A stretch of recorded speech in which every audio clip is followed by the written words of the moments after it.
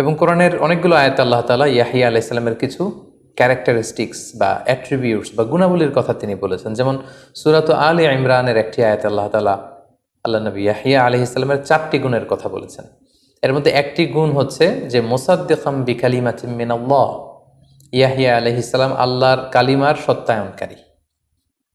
এখানে কালিমা দ্বারা উদ্দেশ্য হচ্ছে আল্লাহ নবী ঈসা আলাইহিস সালাম, কারণ ঈসা আলাইহিস সালামকে বলা হতো কালিমাতুহু, আল্লাহর কালিমা, আল্লাহর বিশেষ একটা শব্দ, আল্লাহর বিশেষ একটা আদেশে পৃথিবীতে বাবা ছাড়া ঈসা আলাইহিস সালাম এসেছিলেন।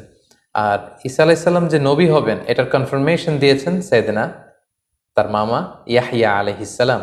তিনি নিজে এটাকে সত্যায়ন করেছেন যে হ্যাঁ, ঈসা সে নবী, আমার পরের বনী ইসরায়েলের সর্বশেষ নবী হচ্ছে ঈসা। এটা হচ্ছে তার একটা গুণ যে মুসাদ্দিকাম বিকালিমাতিল্লাহ, আল্লাহর কালিমার সত্যায়ন তিনি করেছেন। 2 নম্বর যে গুণটি আল্লাহ বলেছেন সেটা হচ্ছেন ওয়া সাইয়্যিদা, অর্থাৎ ইয়াহিয়া আলাইহিস সালাম নেতা ছিলেন। লিডারশিপ বা নেতৃত্বের যে গুণাবলী এটা তার মধ্যে ছিল। তিনি যেখানে যেতেন লোকজন তাকে ঘিরে ধরত। তিনি চমৎকারভাবে মানুষকে মন্ত্রমুগ্ধকর কথা শোনাতে পারতেন। লোকজন তার কাছে আসতো, তাকে মানত, তার নেতৃত্ব সবাই মেনে নিয়েছিল। এজন্য আল্লাহ তাআলা বলেছিলেন যে সাইয়্যিদা, ইয়াহিয়া সে নেতা ছিল, হি ওয়াজ এ লিডার।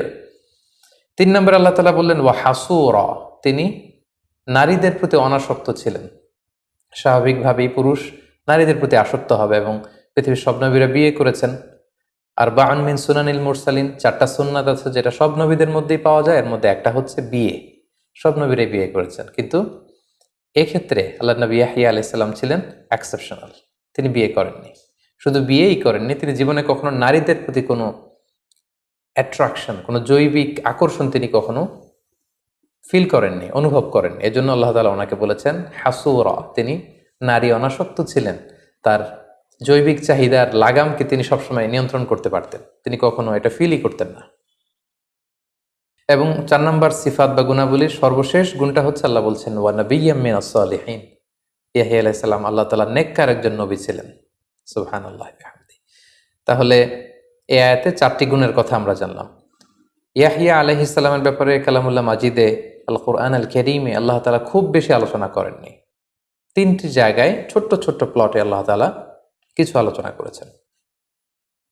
এবার আমরা যদি সূরা মারিয়ামের দিকে তাকাই তাহলে আমরা সেখানে দেখব যে আল্লাহ তাআলা ইয়াহিয়া আলাইহিস সালামের প্রতি ওনার স্পেশাল কিছু মার্সি অ্যান্ড ব্লেসিংস তিনি উল্লেখ করেছেন, সেগুলোর বর্ণনা পাওয়া যায়। যেমন আল্লাহ তাআলা বলছেন ইয়া ইয়াহিয়া খুযিল কিতাবা বিকুওয়া, হে ইয়াহিয়া তুমি কিতাবকে দৃঢ়তার সাথে, আযম বিল জাযমের সাথে আঁকড়ে ধরো।